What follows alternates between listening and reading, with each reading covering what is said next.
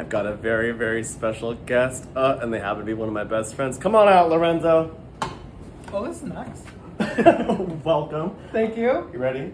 Sure. Let's talk about generational trauma. Let's do it. Let's do it. I'm sitting waiting and I'm wishing on a star. Hi, everybody, and welcome back to One More Thing with Ash. I am so excited for you guys to join us for episode 4. The last episode we talked about relationship trauma. But in this episode we're going to talk about generational trauma. And I couldn't think about anybody else to have but one of my best friends, Lorenzo. Aw, thank you so much for having me. Welcome. Yes, I'm so happy. I'm so sorry it took a full season. You are forgiven. Oh, thank you. See, I love my friends that forgive me. But, if you're joining us for the first time, welcome. This is a safe space for you to be and heal. And we're just having one honest conversation in time. So welcome to One More Thing. But if you're joining us back, welcome back. I know we have some folks that are joining us from season 1, but if you're joining us from season 2 and you are experiencing some trauma, welcome. The space is for you. And so I am really, really thrilled to have, like I said, one of my best friends on this podcast. We've been talking about this for the last couple of weeks, and I think you guys are in for such a real treat. If you're tuning in and you've asked yourself what generational trauma is, what it means, or you have no idea what it means, this episode is for you. So, but anywho, Lorenzo and I have known each other for about 5 years, almost 5 years. Yeah, 5 going on 6. Well, honey, dearest. Can't get rid of me now. No, but we've seen each other through a lot. Lorenzo's helped me recognize a lot of my past behaviors, and I'm sure I've opened your eyes to it. Oh yeah, most definitely things that I didn't even like recognize in my own self. Like you really put the mirror up. You're like, I'm saying this because I love you. Stop. I'm just like, stop. Please don't do that ever again. Yeah, I'm seeing no. what you're doing, but relax, girl. Yeah. But Lorenzo is a mental health care advocate based out of Long Beach. He enjoys, that's how we bonded a little bit too, numerous trips to Disney and is extremely obsessed with Maleficent. Lorenzo and I, have, like I said, have been friends for almost 5 years, going on 6. And like I said, we've seen each other grow. We've seen each other go through some relationships. Oh yeah, the a lot ups of- and downs, the lefts, the rights, the upside downs and the the corkscrews. everythings, and like the MIA moments, and we're just like, hey, you still alive? And we're like, barely. Sometimes I just call and be like, is there a pulse? Barely. But throughout it all, we've been there for each other. Mm-hmm. We know when each other needs space, or we just need a moment, or we're just doing our own thing. I love having someone like Lorenzo, just gets it. So glad you can stand up to my Ariesness. I mean, it's a very long bill to fit, but I'm glad I'm able to do it. The read. But but anywho, so happy for you to be here. And I think, like I said, we were talking about generational trauma. I know what it is, but how would you define generational trauma? It's a very ambiguous term because we just talk about generational trauma and we just assume that it's like, oh, something I'm just raised with, something I'm just like born into, but it's a lot more deeper than that. To me, with generational trauma in the field that I work in mental health and social emotional support, it's really like the undefined culture of a specific group of people or even just like a family. And that's kind of where a lot of like the problems are like deeply embedded and they don't realize like, oh, this is the reason why I am the way I am. Sure. So that's, to me, like it goes way more than just the definition term of like generation meaning many years or like just over a period of time. Like there's a lot more things that are layered upon that. Yeah, do you think? I mean, it may be like an obvious question, or it may not be, and it may be a question that's coming out of my head. Is do you think that how many generations back do you think people are affected, like the trauma from like, I don't know, like a great grandmother or grandfather or family? Like, is it slowly like ingrained through my parents, grandparents, etc.? Do you think it goes how far do you think it goes back actually? I mean, it really depends on like what trauma it is. I mean, there's trauma of like a family dynamic. Like Sure. we can see like between like me and my parents. Like we have a generational trauma between like, I don't have the best relationship with my father, but he has a very good relationship with his. Like that's a generational gap. Or if you talk about like the trauma of a specific group of people, like marginalized groups, like that is so systemic. Like that goes hundreds of years, and that's a generational gap that we see Sure. within generational trauma. So it really depends on really what trauma are we talking about, and then what's the proximity of like how close do you hold that? Yeah, yeah, I can, I think we talked about it in the last episode. I think a lot of my mom's traumas from when she was growing up, Mm-hmm. she really tried to flip the cards when, for my brother and I. Um, people always commented on my mom going, Kim, you're so much in your kids' lives. I feel like you're overstepping Mm-hmm. things, etc. Like, why are you so like a helicopter parent? Mm-hmm. But now I understand why she was the parent and still is the parent that Mm-hmm. she is today. She's gotten a lot better at it, hence the boundaries that I mentioned in the last episode. Mm-hmm. But I think like she recognized, I think I've recognized like why the way she is, and that's why I love interviewing like Mm-hmm. my relatives. That's why I think it was important to, I mean, back in 2017 when I interviewed my brother for a college project. Yeah. But I think it was also important, if you watched episode 3 with my mom talking about families and traditions, I learned, I know a lot about my mom, but I learned a lot more about her in the last 4 years. I think it's different now that I'm an adult. Yeah. And it's just like you open that space to like allow her to say things that normally won't come in a conversation. And Oh, I remember just again like watching that episode and like hearing you guys' back and forth. It's like, oh, like I saw like the realization that you guys were both having of like, oh, this is the reason why I do that. mm-hmm. And I think that goes into like a generational thing, and that's something like even me and my mom talked about and like Okay. her parenting style. And she said like the reason why I do this is because the way I was raised. So there's things that I've learned that I'm going to change, and hopefully with you, like that makes you a better person, because I don't want you to go through the same trauma that I went through. Sure. And that's kind of like where the generational thing comes in. Like, how does that change? How does that dynamic really like morph into something that's better, or possibly could be a little bit worse? Because there's things that as years have gone on, my mom realized, oh, it worked with you, but not your brother, or vice versa. And it's like, maybe that's where I made the mistake as a parent. But again, I mean, if you're a parent, or again, you might have a tough parent, like it's a hard job. I mean, I worked in education for over 8 years, Right. and some parents literally told me like, I have no idea what I'm doing. And I I was miss like, your I was stories. like, no one does. Like, there is no book, and if someone did write a book, it's probably not fully true. I always think about like the saying goes like this is this is your parents' first time being humans as well, Exactly. and they're only doing what they were taught from their parents and so on and so forth. Mm-hmm. I think I've learned a lot about the traumas that my father has gone through, and the reason why he's the dad he is to me, Oh yeah. and the relationship he had with my brother versus me. And I think now, love you, Dad.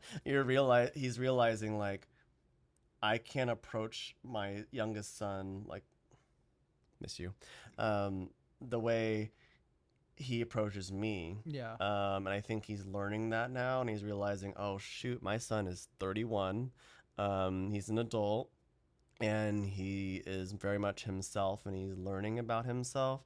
And I think my mom too has realized that too, like the way she approached my brother versus she approaches me is completely different.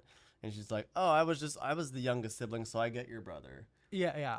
And that's hard because, like, my family dynamic, I'm the oldest child of the oldest child of the oldest child of the middle child.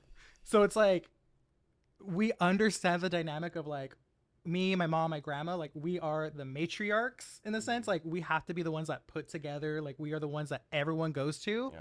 And that's where another generational trauma comes, like, the expectation for us to, like, be perfect all the time is hard. Yeah. Because it's like very hard. I'm supposed to be taking care of my siblings and helping my mom out, and then for her, she has to help my grandma, and it's like we don't get the same leeway as other people do, because like, well, you're the oldest, you're supposed to know how to do this, and we're Yeah, like, we really don't. I didn't ask to be here first, Yeah. but here we are.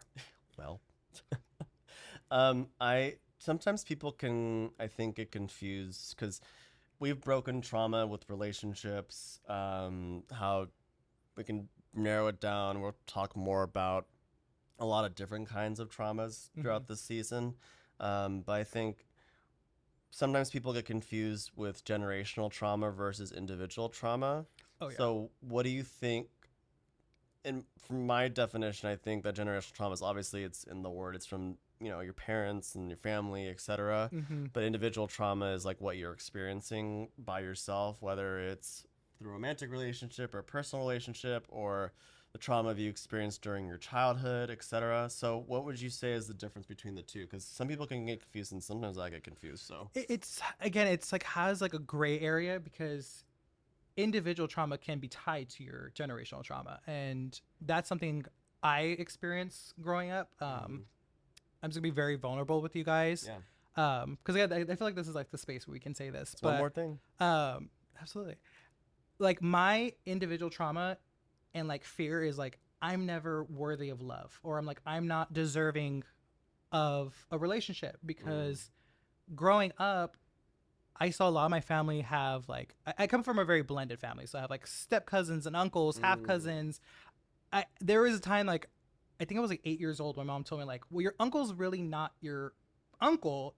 It's my stepbrother, but we call him your uncle. I'm like, oh, okay, I got that, but it's because I was raised in such a blended household that like step, half, quarter, whatever, it did not phase me. right. But seeing that from an outside perspective, when I explain that to people, they're like, oh, that's not really your uncle. Then I'm like, yes, it is. Mm, But going back, it's I saw because of such a blended family, my family had a lot of divorces. mm, So just like in the past 3 generations, it was always the first marriage ended in divorce, the second marriage ended in death, and the mm. third marriage is the one that got right. So Oof. seeing that like as a very young age, like it kind of always like scared me because it was like, of course everyone wants to have like the first love that they meet and like long lifelong relationships like that absolutely scared the heck out of me Yeah. because I knew like in my little subconscious like the first one ends in divorce, so like don't even get attached. Oof. And then like okay, if I ever get past the first one, the second one ends in death because my grandma was widowed, my mom was widowed. Mm, And I remember like when my dad passed away, or my stepdad who raised me, like I had to tell my mom like you're not cursed, because I can see in her head like the wheels turning like this happened to my mom, this happened to my aunt, this is happening to me, and I had to tell her like you're not cursed. It happened. Like he passed away from cancer unfortunately, and now she's on her third marriage, and God bless him because I mean to handle my mom.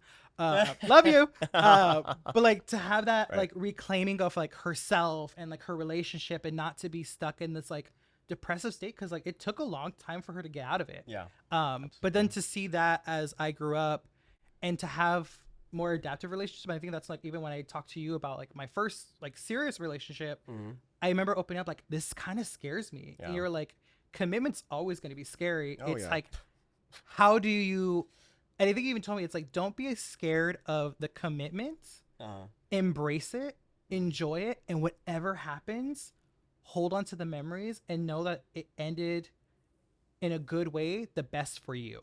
yeah. And I think that's where even like I had to remind myself after like my first serious relationship, it didn't end in divorce. It ended like on really good terms where we both realized, hey, we both need to grow. We both have things we need to work on. And if we come back to each other, so be it. Yeah. But now I've moved on. Like I'm in a much better space in relationships, and I'm Right. allowing myself to have the space of like allowing myself to be loved and Yeah. allowing myself to love others Right. the way I want to be loved. Yeah. And I think that's opened up such a huge door for me. But it took me to like recognize the generational pattern does not define me.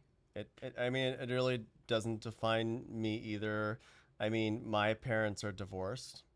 Um, and for at least the first before the divorce is messy. Mm-hmm. And I think for Oh the yeah. longest time I blamed myself, what could I have done, etc. And then at the time I was in a relationship, and so that really opened up my eyes in a positive sense that yes, my parents are both great people. You grow apart. Yeah. And sometimes if you find the right person, then you can work through that stuff. But sometimes people just grow apart and you're supposed to be, part of this big chapter, and sometimes the chapter just ends. And I think I've learned a lot from my parents' divorce, that I can do a lot of things on my own. I've seen my parents do better individually than they are together. And I think I've seen them grow. I don't think I've ever told both of them this, that I've seen them grow as individuals. Two people I highly respect. And I learned a lot from them in terms of like, now I understand why they are the way they are and how I can approach. Oh yeah. If I have kids one day, trust me, I've learned a lot from what my parents have done and understand like why they are the way they are. And as a kid, you don't really understand that. No, that's so true. Because even like me again, being the oldest of the eldest, like I Got a cane, right? yeah, I mean, whew, I'm back. Well, at least I'm not 30, so Oh, joking. But to see like how my mom was, and to Right. see like how like I don't want to say like she was a helicopter parent, but like she was very protective. Sure. And it was more of like, I don't want to say I was like isolated child or like separated, but it was like I really saw what she was trying to do. And like as I got older, it's like, oh no, she was just protecting me from certain things that she was exposed to early on, because she was like, I don't want you to have that. And like, it came out later, like the abuse that she went through growing up, and like the things that she saw, Yeah. like just in the community, and just like being affected by gang violence and drugs and like a whole bunch of stuff. It's like now I know why she parented the way she did. And when she saw me grow up, like I think with my brother, she was like, okay, I can loosen up a bit. I don't need to be so uptight. Right. But then there was me being like rounded so tight. I'm like, why are you doing this? You don't let me do this. And she was like, because I'm learning. And now I see with my sister, it's like, okay, now she got it right. So, I mean, I guess the third kid is like the best one. Well, I think They're all just copies at this point. Well, I think also parenting styles change and realizing what generation we are in. We're in a time where it's like, I did not have a piece of technology in my hand, a flip phone, a Motorola Razr, till Oh my I was God. in middle school. And then, now I look at my nieces and my nephews and I'm going, they have an iPhone right in their hand. The iPad generation. The iPads, the tablets, the Kindles, whatever it is. And I'm going, wow. But keep in mind, we didn't have that growing up. We did That, not. that was non-existent. There was VHS. Oh my, wow. Whew. How many of you guys know what a VHS is? Well, As you're on a virtual platform. Yeah, well, here you are. But I think there's some like patterns that tend to repeat across generations. We kind of touched on it a little bit, but I kind of want to break it down. There are really like three parts to this, and so some of those patterns are emotional. Oh yeah. So, I would even say like emotional, but like it can also be like emotional and like dependence. oh yeah, And I think that comes into because when you're in this like generational loop, you lean on the previous generation to like teach you. And that's something like I learned actually today during a job training, which was like great. So I feel like I came prepared. Should have brought my notes and everything. But whiteboard comes down. like, just like, here's my TED talk. But it was more of like, as we're growing up, we lean on our ancestors to teach us the way. And that's like the duty of the ancestors to be like, here are the tools that you need. This is everything that we know. You're going to learn it so you can be adaptive as you go on. And then you have to teach the next generation. But I think with that, it's kind of like a game of generational telephone. Like Right. the message gets distorted as it goes on. Yeah. So it's more of like, are we doing this out of tradition or are we doing this as a trauma response? Yeah. And that's the biggest Ooh. part. Ooh, did I just get real for a second? You did. Oh, dang. Is it a trauma response? I think emotionally, when it comes to generational trauma, I think that we mimic our parents' behaviors as going from emotions to behaviors, but like behavioral wise, like I think like my parents mimic their parents a lot. Even though I was 7 when my my dad's papa passed away, and then 11 when my grandmother passed away. I am recognizing a lot of the behaviors that my Lolo and my Lola were, the way they behaved, and the way they raised my dad. I could see a lot of the way he approaches things behavioral wise a lot. Mm-hmm. I think he's adapted quite tremendously. But a lot of things that worked when he was growing up in the 50s and the 60s does not work. And when the period that I was growing up and going to college and, going through all these things. But I think certain generational traumas do repeat themselves. And we've touched this on in episode 2. Like, not all trauma is bad. No, not at all. And I think what it is I think trauma just, again, the word trauma just has a very like negative tone. Yeah. What I've have learned, and I've actually had to teach myself, is trauma is a survival response. Oh, yeah. And what I find traumatic can be like a normal Tuesday for someone. And when we recognize, again, trauma comes out of survival, it's more of, was that situational something temporary that I just had to learn from and then recognize? Or is it something that I do have to hold and move forward because I'm always going to be in this situation again? And I think it comes down to like, how close are you to your trauma? How close are you?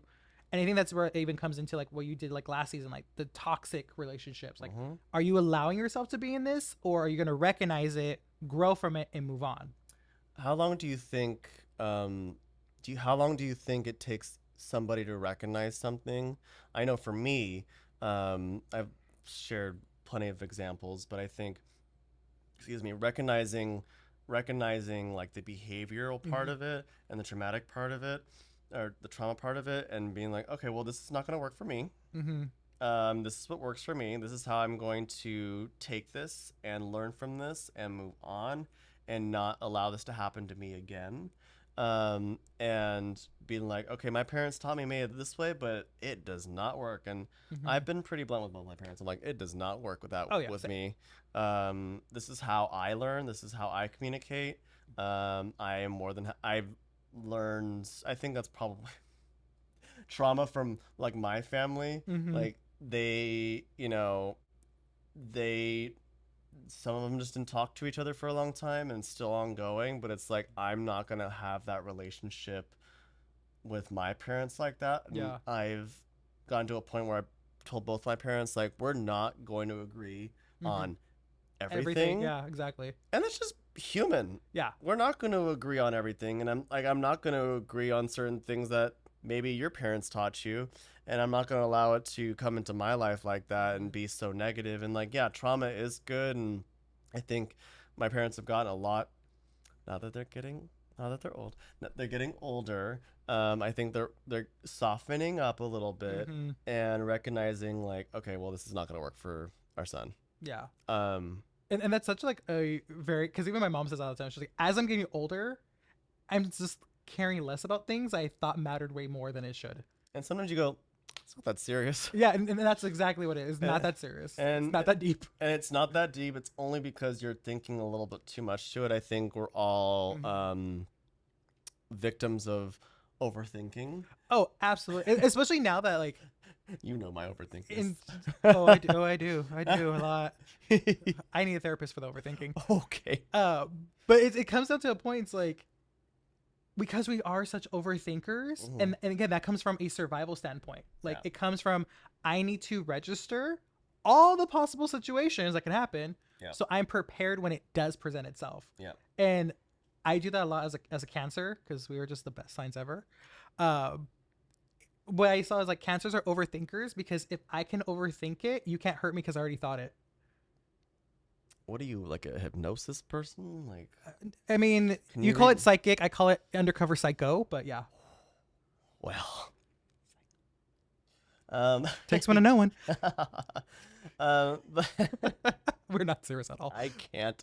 But I think like the patterns we see in like relationships we talked about a little bit earlier. For me, it's like recognizing like, okay, in this relationship, I've learned that, okay, that's the relationship that my parents had with their parents Mm-hmm. and how that dynamic worked. But everybody's different and we're all not cookie cutter. We may have Oh the yeah. same like behavioral things or the same emotional things and stuff like that. But in reality, like, yes, I'm like my parents, but I'm really just me. Yeah, and I think that's also like a great fear that people have throughout the generations. Like, I don't want to become my parents because they're psycho and they like do all this stuff.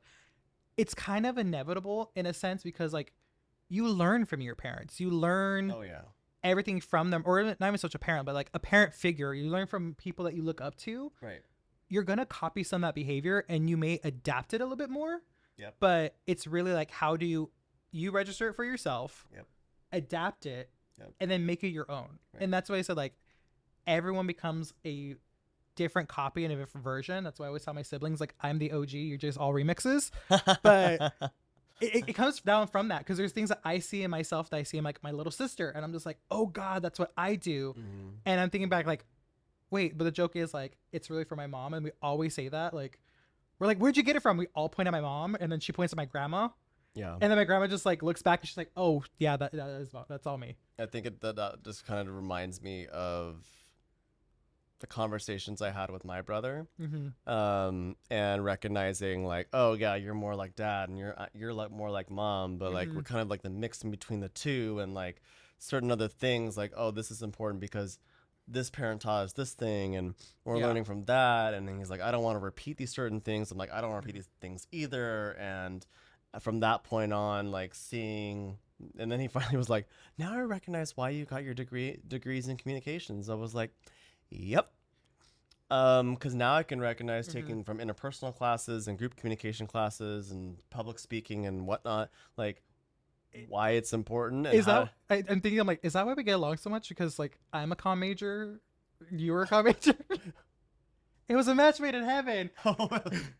Gosh, but yeah, no, it makes me think of those conversations I Yeah. had with. I think if you're gonna learn so much about generational trauma, and you Mhm. have the gift of having a Oh, blood yeah. related sibling. I've had those conversations, and I'm glad I had those Mhm. conversations with my brother. And I think before he passed away, like we learned a lot about us as adults and what Mhm. we learned in the past and what doesn't work now. Yeah. And there's something like, dad's saying this, and mom is saying that, and I'm like, look, you're 20 something, I'm Yeah. 30, like, come on. Yeah, and that's so true because that's what me and my brother do. Like when something happens in the family, like we'll just stay quiet and we're like, all right, time out, like huddle back in. Was mom overreacting? I was like, well, it's Yeah. like I will see that like in my father, and I'm just like, oh my God, I can't do this. Like, and then my brother's like, well, look, you know how he is, and he'll explain it to me. And he's like, but you act more like mom, and so like we're kind of like the opposite. So like I'll explain to him like this is the reason why mom acts a certain way because I get that thought process, Mm-hmm. and then he'll flip it around like, well, this is how father depends this way because this is how he responds, and it again, it's like that generational difference that we have that works because he's 6 years younger than me, so like we have a very big gap, but he sees things that I don't, and then I see things that he doesn't, Right. and it just works. And that's where like we can kind of get together, explain like how like our parents parent, Sure. because based off how they were parented, like it comes through like really it's like they're just being passed the baton and they're doing the best that they can. They really are doing the best they can, I think. But going through that, from saying that, Mm-hmm. does this kind of trauma affect it? And you were talking about earlier, Mm-hmm. identity, self worth, the way Oh you yeah. approach relationships. We kind of talked about that. I think I approached my first long term relationship of my ex of 4.5 years Mm-hmm. based, and I was recognizing like, oh wow, Mm-hmm. why am I doing this like my mom and my dad? Why is this happening? Why am I doing this? And then Yeah. and also like this kind of generational trauma affects like the self-worth Mm-hmm. of like, does this am I really a good person? And I can't believe you said am I worthy of love. I love you. Yeah. But like it does affect your identity, and Yeah. I gosh. No, it absolutely does because when you see again we're creatures of habit. Right. We want to model something that we see, and that's why even I tell people like don't look at social media, don't look at the rom-com movies. Like that's such a idolized version of love, and Sure. it's not raw. It's not something that's really attainable. Like if you have that, absolutely, but also recognize there's gonna be some bad parts about that. Right. But when you model something off of it, it does affect you because you're always thinking back, am I going to become my parents? Is my story going to repeat the same way theirs repeated? And that's something I had to deal with, like seeing my aunts and my uncles and my mom and my grandmother, to see them all go through the same pattern, scared like the living out of me, because I was always in the realm of my first love is going to leave me. My second one's going to die. So really my only hope is my third one. But that, I think you're in a better place though. yeah, oh, absolutely. But that always put me in a sense of like, there was a wall put up because I was like, I don't want to deal with that pain because I saw how much pain that they were in. Oh yeah. So I did not allow myself to love or be loved for a very long time. And that messed with like my mental health. That messed with like how I interact with people. Because my thing was, I'll get close to you, but only this far. Yeah. Because if I let you in any further, I'm preparing myself for heartbreak that I know I can't handle yet. Well, I'm glad that you've allowed people like myself into your life. Of I course. think in the last 5 years, both of us have Mhm. seen a lot of growth. Oh, yeah. And do new things and go new places. And I think that's just comes back from not wanting to do what our parents did and Yeah. see new things, be able to do new things that they haven't been able to do, work through those traumas. Mhm. But is there a way to break the cycle? And There's how do you cope with that? there's always a way, and I think one, it's coming down to identifying it, because a Right. lot of people don't see it. And like I think there's like an analogy my mom always used, like you're only going to see your point of view until you take a step back and look at a different lens. And that's like my mom's biggest component, which I absolutely love because we have such deep open conversations. Right. But her thing was, there's always a bigger picture. Right. You just have to allow yourself to take a step back. Oh. And thanks, Mom, for being real. And that's where it comes down to. It's like, Right. you may not know you're in this cycle, but Right. again, like I didn't know for myself, like I didn't know I was in a lot of things until like you actually said like, hey, you know what, we need to talk, because I'm starting to see this pattern in you, and I'm seeing how it's like being detrimental to your mental health, your emotions, and like I'm seeing you be closed off. Allowing yourself to have that space Right. and really allowing yourself to heal from it, Yep. and to know I'm not perfect. I'm not going to ever be No one perfect, is perfect. but I'm going to allow myself this timeline, however you want to call it, to grow, to adapt, and really just live life. And that's something I absolutely love my mom for. Again, I'm just going to shout her out because I love my mom. But her thing was, don't do what I've done. Right. Learn from my mistakes. You are not me. Right. But the only thing I ask you to do is live your life to the fullest, because I've already lived mine. I want you now to live yours the way you need to. Boy, mom's give that. My mom gave me the same exact advice. They're like, they're friends. I mentally mean, they similar. probably talk. I don't know at this point. Who knows? My mom found Dan's mom on Instagram. But yeah, I think there are ways to break the cycle. Whether that is, I think, a common theme you probably are recognizing about this season is you need to recognize it in order to break the cycle, whether it is generationally or it's through relationships, and being like, okay, I don't deserve this, or this isn't working. I need to do less of this and do more of what is working. And I think other ways to cope from generational trauma is A, recognizing it, and B, able to take a step back and being like, I'm not going to allow this, or this is not going to happen to me. Just because, my parents divorced and they had 2 kids doesn't mean that I'm going to get married and get divorced. But we can break the cycle, but even like, okay, this is probably why this relationship ended. And I'm going to do better the next time. Yeah. So I think that's the way I cope, is just recognizing it and being able to take a step back, and whatever your self-care methods are. For me, it's a walk, or it's calling a good friend. I love having my friends that are able to call me on my stuff, and just giving the blunt answers that I need. Freaking cancers. But um, I think we've done such a great job going through behavioral, relational, actions, stuff like that, Mhm. how it affects our identity, our self Oh worth. yeah.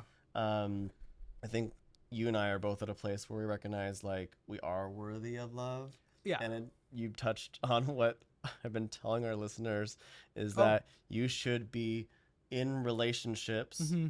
that where you're getting the exact same love that your friends and your family are, whether it's Hmm. romantic or personal or professional. Oh yeah. Professional is a whole different realm, Yeah. but I'm in a place, and I think you can agree, you're in a place where you're in relationships that people are treating you the way you want to be treated. Hmm. And if they said something or did something, you're able to call it out and they're receptive and Oh they're yeah. not, they're going to do their best to work on it and not do it again. Oh yeah. So, Yeah, and that's the biggest component. Like, surround yourself with people that are willing to not only adapt to your needs, but to accept your needs and to really for themselves to like grow alongside you. yeah. And that's what it really comes down to. When there is positive growth and it's not like abrasive of like, oh, I'm not doing that for you. Yeah.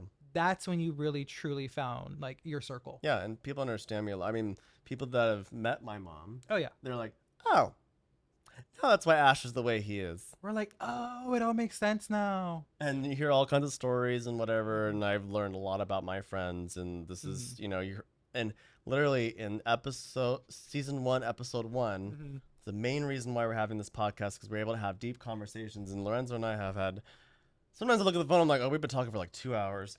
But No, yeah, it has. Like I think one time like was it was like already like getting close to like 1 a.m. and we're like, oh, we both have work tomorrow. we should go to bed. And then we went another 30 minutes after that. And you're just like, I have work, you have your gym routine in the morning, like what's wrong? Oh, we need to go to bed. But Mhm. uh what, as we're, again, I want to thank you for being here, but what final advice can you give to our listeners who are trying to break that cycle? Just go for the journey. That's the biggest thing. It's you can't change everything overnight as much as you want to. It's going to take a process. It's Yeah. going to really be a long road, and sometimes it's a very lonely one at the same time. Yeah. But knowing that you're doing it for the betterment of yourself and ultimately like people around you, it really is transformative. Because if I was still in the same place that I was 5 years ago, Mm. I wouldn't be the person I am sitting right here. But Yeah. it's like, and a lot of times it's not only recognizing the trauma, but like accepting it, and just to know like this is part of my story, this is part of my journey. We're just all on the same, we're on the same road together. That's what it's coming down And to. you can't like, and also like, I feel like people try to avoid being like, I'm not like my parents, I'm not like my parents, blah blah blah. And honey, no matter how many times you try to avoid it, we are like our parents. So yes, we are individual Mhm. people, but I think in order to break that cycle of generation, it goes back to the Mhm. individual, is like recognizing it and being able to grow from it and being like, okay, well, my mom was raised like this, my dad was raised like this, but Mhm. oh, now I understand. It's like, oh, my dad is one of 7 siblings, and my mom is one of 2 technically, and then has a bunch of half siblings and step siblings, and so it's like, okay, now I can understand why she is the way she is, and how why family is so important to her. Episode 3, season 1, and stuff like that. So, I think my final advice for anyone, for our listeners out there that are trying to break a cycle, is just allow yourself to take a step back and realize it is, like you said, it is for your betterment and who you are. At the end of the day, it's important to recognize what's better for you, Absolutely. and how you can be a better contributor to the world. And that contribution to the world doesn't have to be huge. It could be small. It could be within your community. It could be with one person. But I think that's really how you break the cycle, is just recognizing it and being who you. And it took me a long time to be okay with who I am and saying I love you and thing. And everyone that has been to my house goes to my bathroom and sees my affirmations. And, you know, I always tell myself I love you more, that something cool is going to happen to me today, and I'm going to learn better from it. And look, every day I learn something from my past and my parents and be like, oh gosh, why am I doing this? I'm like, oh, this is how my dad would approach it. Well, but yeah, anyways, I think, like I said, you're going to break the cycle, recognize it, and realize it's for you. It's always going to be for you. But any other final piece of advice that you may have on the top of your tongue that I may have not hit? The best journeys always begin with the first steps. Yeah, no matter how big or small. Exactly. So, anyways, I want to thank you for being here today. I thank you for having me. This is actually really fun. Yeah, we know we've talked about a podcast in general for the last 2 years. Yeah, it's a lot. Again, it took until season 2 for me to get here. So, but I am so glad that you're here and we're able to have this conversation. I'm so happy here. It just warms my heart having my friends on my podcast. So, anyways, I want to thank you all for being here. And if I could add one more thing, if anybody hasn't told you today, I love you, I believe in you, and we believe that you can do anything you set your beautiful mind to. Thank you for listening. And don't forget to subscribe, follow, and share as we expand this safe space together. Again, this is One More Thing with Ash. See you next time. Bye. Bye.